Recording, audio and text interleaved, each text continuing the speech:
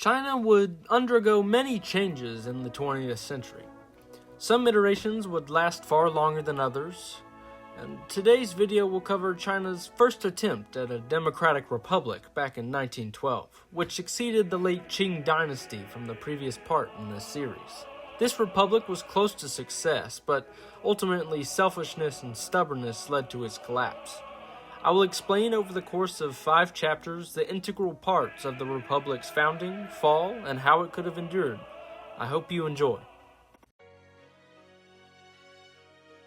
Born in 1866 in the province of Guangdong, Sun Yat-Sen would grow up in a poor peasant family working as tenant farmers. He would later move to Hawaii as a teenager and obtain a Western education. Eventually, however, he would return to China, obtaining a medical degree in Hong Kong in 1892 at age 25. Sun spent the next 2 years working as a medical doctor in Macau and Hong Kong. Over this time, he would become increasingly frustrated and appalled at the corruption and weakness of the Qing dynasty.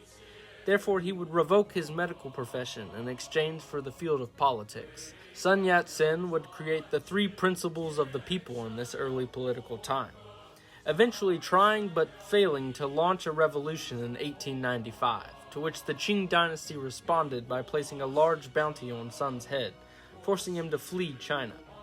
By 1905, he managed to unify numerous underground Chinese resistance and republican factions in Tokyo to form the Chinese Revolutionary Alliance, or the Tongmenghui.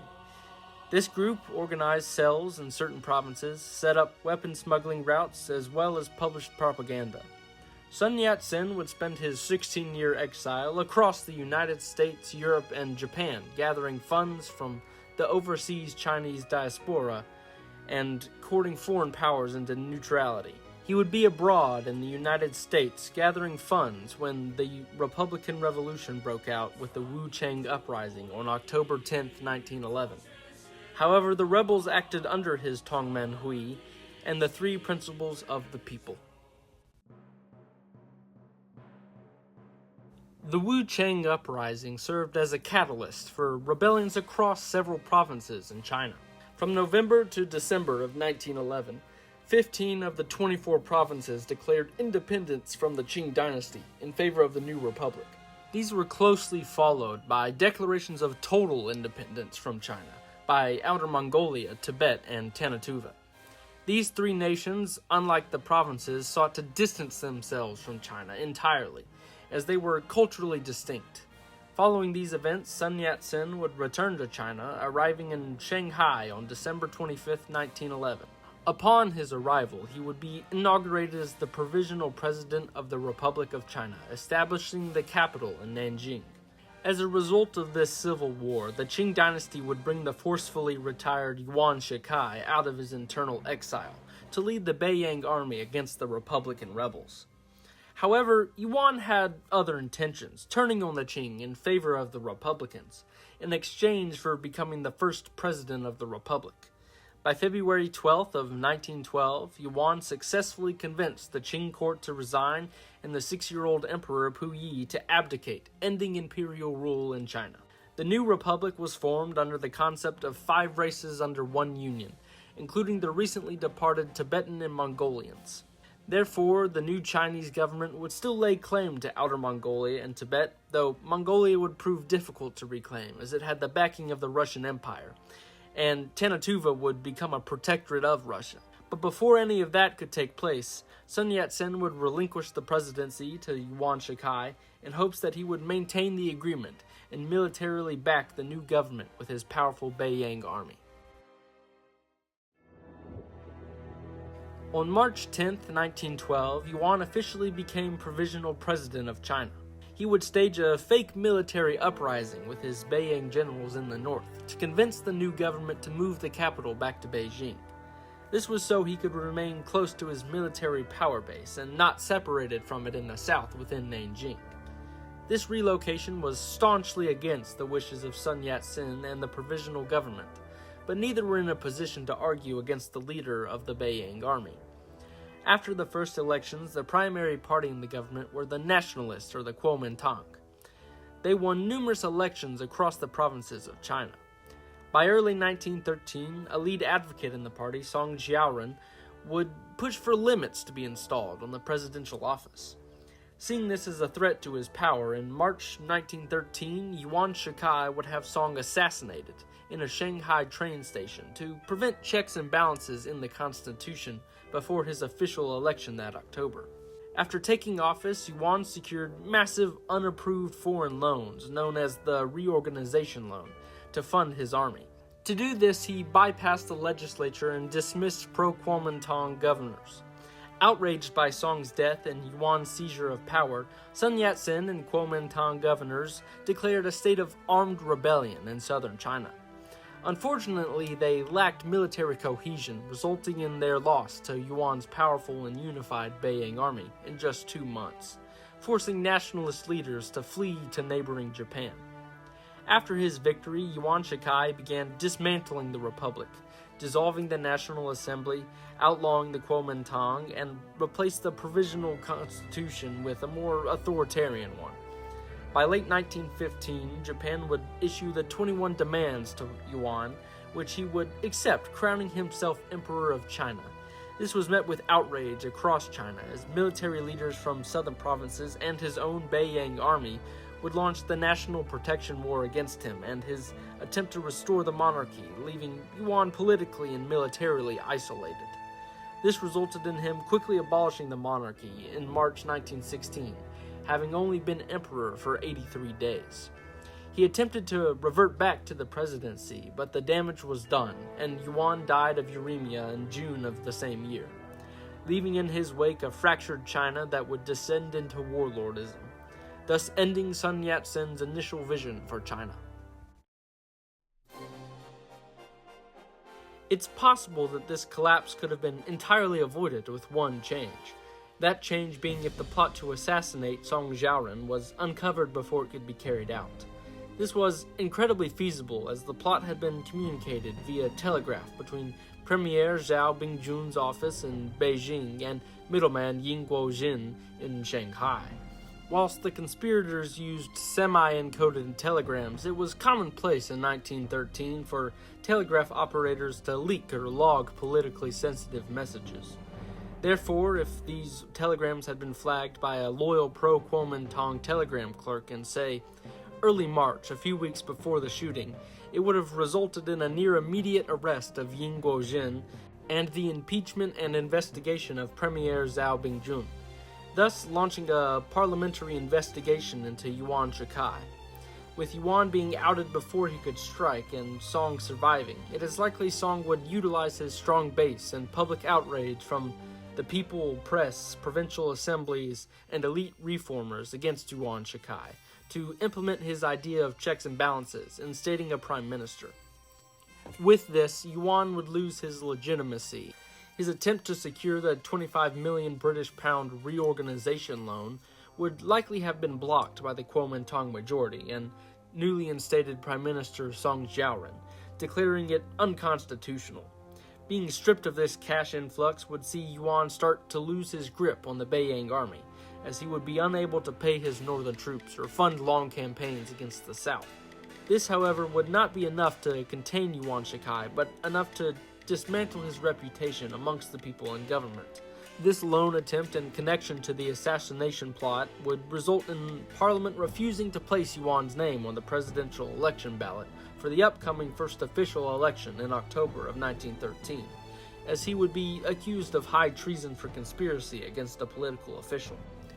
Ultimately, this would culminate in a standoff, leading to the National Assembly fleeing to Nanjing, as being surrounded by Yuan's military after denying him power would be a fatal logistical error.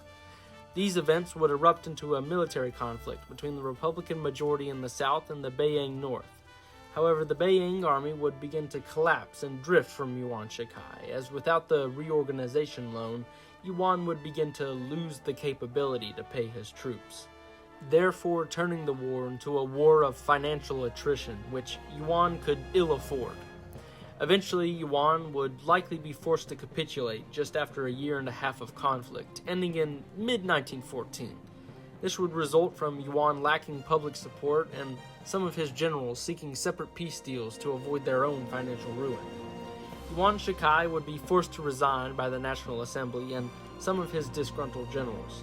This would be followed by his exile to Europe or Japan, as keeping him in the country would be politically volatile. Thus, he would still die in 1916 of uremia, on top of being disgraced. Nanjing would be officially reinstated as the capital, and Beiyang generals provided peaceful integration into the republic. The constitution would have been saved and modified to distribute power more equally. China would have proven itself to the world as a successful republic. The office of the president would be vacant, resulting in an immediate election. Two choices would emerge. Li Yuanhong, the standing vice president, or Sun Yat-Sen would be brought back into the fray. Li is likely to lose election to Sun, as his support for Yuan and ties to Beiyang generals would call his intentions into question. Sun's reinstatement would be met with grumbling from northern Beiyang generals, but they would not stage armed rebellions, as their resources would have been drained during the previous war under Yuan Shikai. A political clash would likely break out between Song Jiaoren and Sun Yat-sen. Song wanted a figurehead president for ceremonial reasons, whilst Sun wanted a strong executive like the president in the United States. However, this debate would not result in political stagnation and deep divides.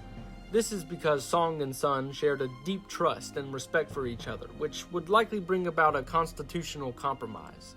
The president would retain control over foreign policy, moral leadership, long-term national development, national defense strategy, and would serve a limit of up to 2 5-year terms.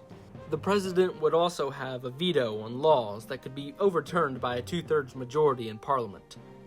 The Prime Minister would control civil administration, domestic legislation, national budget, and cabinet appointments.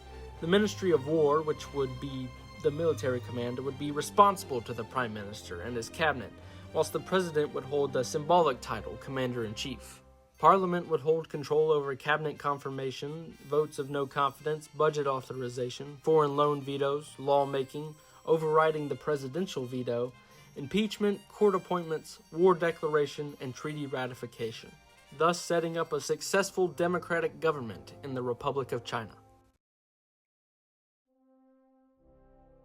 After internally stabilizing, the Republic of China would seek to solidify its claims on Mongolia and Tibet.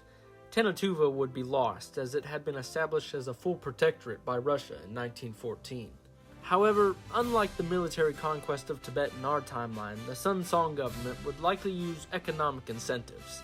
Tibet would be the easier of the two to convince if it was allowed to be autonomous within reason under the Federation, and its culture and religious practices were respected.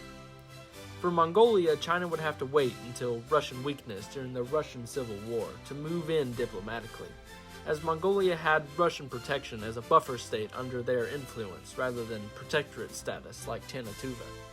Sun's development plans to integrate the region by rail, economic integration, along with regional and cultural autonomy, likely could have persuaded the Mongolian nobles, as their source of defense was gone. Therefore, Sun Yat-sen's dream of 5 races under one union would be finally realized.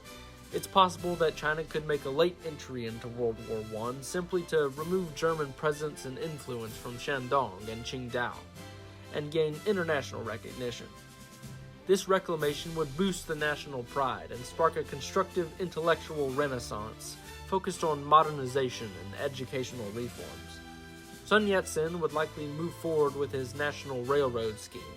This plan sought to build roughly 100,000 miles or 160,000 kilometers of railroads to unify and integrate the vast majority of China, along with hasten its modernization. This plan was accompanied by ideas for massive improvements in other parts of infrastructure.